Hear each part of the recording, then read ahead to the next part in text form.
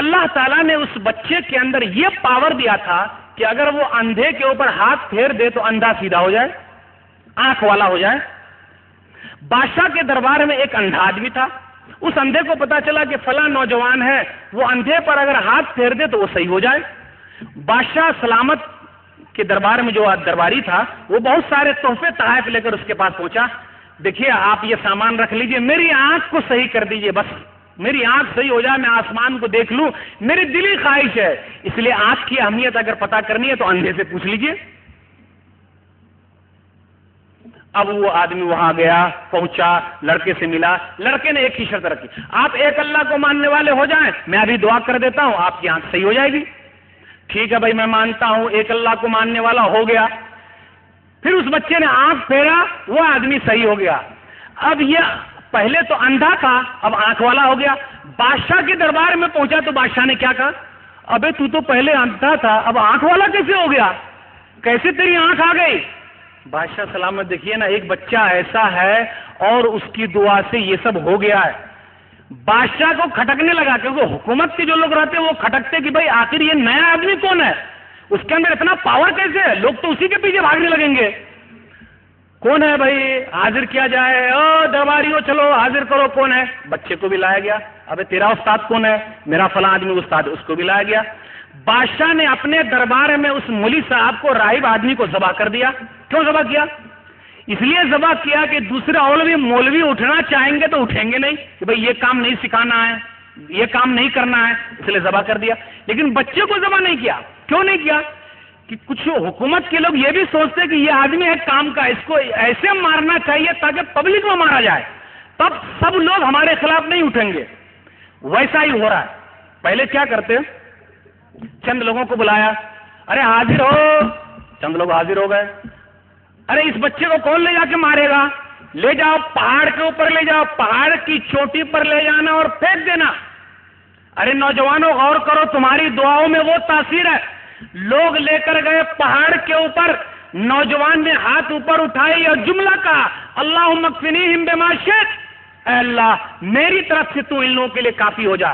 نوجوان دعا کرے اور رب دعا کو قبول نہ کرے، ہو ہی نہیں سکتا۔ رب نے دعا قبول کر لی، تمام کے تمام لوگ مر گئے، وہ بچہ بچ کے پھر بادشاہ کے دربار میں آ گیا۔ ابے وہ لوگ کہاں گئے؟ وہ لوگ ختم ہو گئے، تو بچ کے آ گیا؟ ہاں میں آ گیا، اللہ کے حکم سے آ گیا۔ مرے گا نہیں، یہ اس کا علاج کیا ہے، کیسے اس کو مارا جائے؟ چند لوگ تیار ہو جاؤ، ارے اس کو مارنا ہے، بادشاہ سلامت جو حکم ہو کیجئے، لے جاؤ 20 سمندر میں لے جا کر پھینک دینا۔ ٹھیک ہے جو حکم ہو سرکار، آپ کا جو حکم ہو وہ کام کرنے کے لیے تیار۔ لے کر گئے، 20 سمندر میں پہنچے، اس بچے کو جیسے ہی پھینکنا چاہا، ارے نوجوان کی دعا میں وہ تاثیر ہے، اللہم اکفنیہم بما شئت، اے اللہ میری طرف سے تو ان لوگوں کے لیے کافی ہو جا۔ وہ جو کشتی تھی نا وہ ہلنے لگی، تمام کے تمام مر گئے، ڈوب گئے، وہ بچہ پھر بچ کے نکل آیا، پھر بادشاہ سلامت کے دربار میں آ گیا۔ اوہو کہاں گئے وہ لوگ؟ گئے، اللہ نے مجھ کو بچا لیا، یہ ایسے مرے گا نہیں، مرے گا نہیں۔ دیکھیے بادشاہ سلامت میں بھی مرنے والا نہیں ہوں، آپ جس طریقے سے مجھے مارنا چاہتے ہیں نا، میں مرنے والا نہیں ہوں۔ علاج بالکل آسان ہے اور اچھا بھی ہے۔ کیا ہے بولو بھائی؟ ایک جملہ کہنا بادشاہ سلامت، بسم اللہ رب الغلام، ایک تیر لے لیجئے اور مجھے ایک کھمبے میں باندھ دیجئے رسی سے، اور آپ تیر کو چلاتے وقت صرف اتنا کہیے گا بسم اللہ رب الغلام، اللہ کے نام سے جو اس بچے کا رب ہے۔ بادشاہ کے دماغ میں یہ بات بیٹھ گئی۔ کیسے بیٹھ گئی؟ کیونکہ اس بچے نے کہا کہ تمام لوگوں کو بلائیے گا، اس کے سامنے ایسا کیجیے گا۔ تو بادشاہ کے دماغ میں یہ بات بیٹھی کہ سب کے سامنے اگر ایسا کریں گے تو دوسرا اور کوئی ایسا اٹھے گا نہیں، میرے خلاف کوئی ایسا اٹھے گا نہیں، کیونکہ لوگ عبرت حاصل کر لیں گے کہ جو بادشاہ کے خلاف ایسے اٹھے گا اس کا انجام یہ ہوگا۔ ایک میدان میں تمام لوگوں کو جمع کیا گیا، تمام کے تمام لوگ آ گئے، بادشاہ سلامت نے اس بچے کو ایک درخت میں باندھ دیا، تیر اٹھایا، کہا بسم اللہ رب الغلام، اللہ کے نام سے جو اس بچے کا رب ہے، تیر نکلا، بچے کے سینے میں لگا، وہ بچہ مر گیا۔ ہوا کیا اس کے بعد؟ جتنے لوگ آئے ہوئے تھے تمام کے تمام لوگوں کی زبان پر کلمہ جاری ہو گیا، آمنا برب الغلام، آمنا برب الغلام، آمنا برب الغلام، ہم اس بچے کے رب پر ایمان لائے، ہم اس بچے کے رب پر ایمان لائے، ہم اس بچے کے رب پر ایمان لائے، یعنی ہم مسلمان ہو رہے ہیں۔ بادشاہ کی پوری تدبیریں الٹی ہو گئی۔ بادشاہ نے کیا سوچا تھا کہ سب لوگ ڈر جائیں گے، عبرت حاصل کریں گے، لیکن الٹا ہو گیا، سب کے سب مسلمان ہو گئے۔ ایسا ہی واقعہ ہے سورہ بروج میں، سورہ نمبر 85 آیت نمبر 8 میں، وَمَا نَقَمُوا مِنْهُمْ إِلَّا أَن يُؤْمِنُوا بِاللَّهِ الْعَزِيزِ الْحَمِيدِ۔ تو اس بادشاہ نے تمام مسلمانوں کو جمع کیا اور آگ میں جلا دیا۔ اسی کی آیت ہے جو سورہ بروج سورہ نمبر 85 آیت نمبر 8 میں، وَمَا نَقَمُوا مِنْهُمْ إِلَّا أَن يُؤْمِنُوا بِاللَّهِ الْعَزِيزِ الْحَمِيدِ، کہ یہ لوگ ان مسلمانوں سے اس لیے بدلہ لیتے ہیں، یہ مسلمان کہتے ہیں کہ ہم تو ایک اللہ پر ایمان لاتے ہیں جو غالب ہے اور تعریفوں والا ہے۔ تو دنیا کے اندر اگر آج مسلمانوں کو جلایا جاتا ہے تو یہ کوئی نئی بات نہیں ہے، پرانے زمانے سے چلا آ رہا ہے کہ لوگ اسلام پر چلنے والے لوگوں کو جلائیں گے۔ اس لیے جہاں بھی ہوا، چاہے اس طریقے سے بھی ہوا، چاہے وہ گجرات کا مسئلہ ہو یا کوئی اور بھی مسئلہ ہو، اگر لوگ مسلمانوں کو جلاتے ہیں تو یہ پرانا قانون ہے، کوئی نیا نہیں ہے۔ کیونکہ سورہ بروج کے اندر اللہ نے ذکر کیا آج سے 1400 سال پہلے، پھر یہ واقعہ ہے عیسیٰ علیہ السلام سے بھی پہلے کا کہ بادشاہ نے تمام مسلمانوں کو جلا دیا۔ تو جو لوگ ایمان والے ہوتے ہیں جلنا پسند کرتے ہیں لیکن اپنے ایمان کا سودا نہیں کرتے۔ ایک عورت تھی، اپنے گود میں بچے لیے ہوئی تھی، آگ میں کود نہیں رہی تھی، آگ میں کودنا نہیں چاہ رہی تھی۔ اس بچے نے کہا، جو بچہ دودھ پی رہا ہے، اس بچے نے یا اماں اصبری فإنکی علی الحق، اے امی جان تو صبر کر، تو حق پر ہے۔ پھر اس بچے کو لے کر وہ ماں آگ میں کود گئی۔ تو ایسا ہوتا نوجوان تو یہ ہے کہ کس طریقے سے تبلیغ کرنے کے لیے کون سے سائے استعمال کیے، کون سا حربہ استعمال کیا، لیکن اپنے ایمان کا سودا نہ کیا۔ ارے مثالی نوجوان تو وہ ہے کہ اگر وہ اندر بھی بند کر دیا گیا یوسف علیہ السلام کی طرح تو اپنا کام وہاں بھی جاری رکھے۔ وہ کام کیا؟ یا صاحبہ السجن ارباب متفرقون خیر ام اللہ الواحد القہار، سورہ یوسف سورہ نمبر 12 آیت نمبر 39۔ یوسف علیہ السلام جیل میں بند ہے، کیوں بند ہو گئے؟ اس لیے کہ اپنی سیٹھانی کے ساتھ بلاತ್کار نہیں کیا تھا، جیل میں بند ہے۔ 7 سال کے لیے بند ہوئے یا 9 سال کے لیے بند ہوئے یا 14 سال کے لیے بند ہوئے۔ میں کہتا ہوں کہ آج کل دنیا کے لوگوں نے 14 سال جو بنایا عمر قید کے لیے، وہ اسلامی سے لیا اور یہی سے لیا ہے۔ یوسف علیہ السلام کو 14 سال کے لیے بند کیا، کیا قصور؟ کہ سیٹھانی کے ساتھ بلاತ್کار نہیں کیا اس لیے۔ تو آج بھی اگر ایسے نوجوانوں کو واقعی پھنسایا گیا ہے تو ان کو کیا کام کرنا ہے؟ وہاں یوسف علیہ السلام والا کام کرنا ہے۔ یوسف علیہ السلام کی زندگی ان کے لیے بہترین نمونہ ہے۔ یوسف علیہ السلام نے اپنے 2 ساتھیوں سے کہا، اے میرے جیل خانے کے ساتھیوں، یہ بتاؤ بہت سارے اللہ بہتر ہے یا ایک اللہ جو زبردست ہے؟ وہاں بھی دعوت کا کام جاری رکھنا ہے۔ مثالی نوجوان کون ہے؟ مثالی نوجوان تو وہ ہے جو ملکی سیاست میں حصہ لے، ملک کی خدمت کرے، ملک کی سیاست میں حصہ لے، آگے بڑھے۔ آج کل ہمارے نوجوان آگے بڑھتے کہاں؟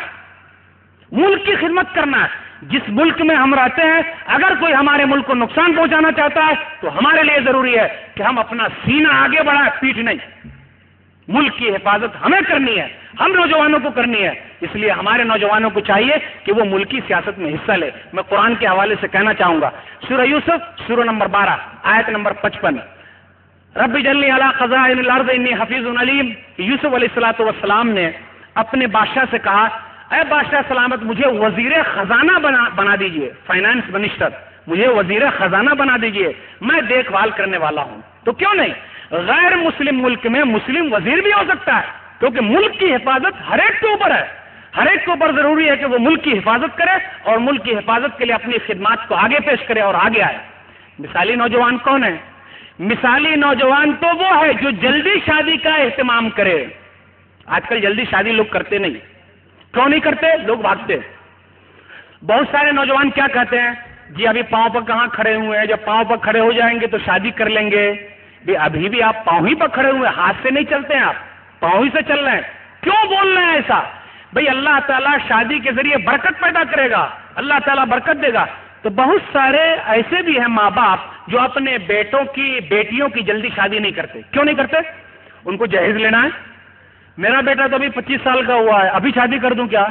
ابھی 30 سال کا تو ہی ہے، کیونکہ وہ بیل بادشاہ کی طرح ان کو بیچنا ہے۔ بیل بادشاہ جانتے ہیں نا، بیل بکری کی طرح بیچنا ہے۔ کتنا بھاؤ لگاتے ہیں بھائی؟ اتنے ہی لاکھ دیجئے گا، کچھ اور بڑھائیے نا، مول تول کرتے رہتے ہیں۔ بیٹے کی عمر کتنے سال ہوئی؟ ابھی صرف 30 سال کا تو ہی ہے، ابھی بچہ ہی ہے، ابھی شادی کی عمر کو پہنچا کہاں ہے؟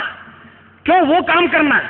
اگر لڑکا نیک ہے تو کوئی لڑکی سے شادی کر کے گھر میں لے آئے گا، کہے گا امی جان یا آپ کی بہو ہے، تو دیکھیے ماں کے تیور کس طریقے سے بدل جاتے، باپ کے تیور کیسے خاندان کا نام برا دیا، بیٹا کہاں والے کو اٹھا کے لے آیا، ارے آپ جو لیٹ کر رہے ہیں تو کیا کرے گا، یا پھر وہ غلط کام کرے گا اور ایڈز کی بیماری لے کر جلدی دنیا سے رخصت ہو جائے گا۔ آج دیکھیے ہمارے بہت سارے نوجوان ایڈز کی بیماری میں جلدی جا رہے ہیں، ان کو اپنی زندگی پیاری نہیں ہے۔ کیوں ایسا؟ ماں باپ کی بھی غلطی ہے، کیوں جلدی شادی نہیں کر رہے؟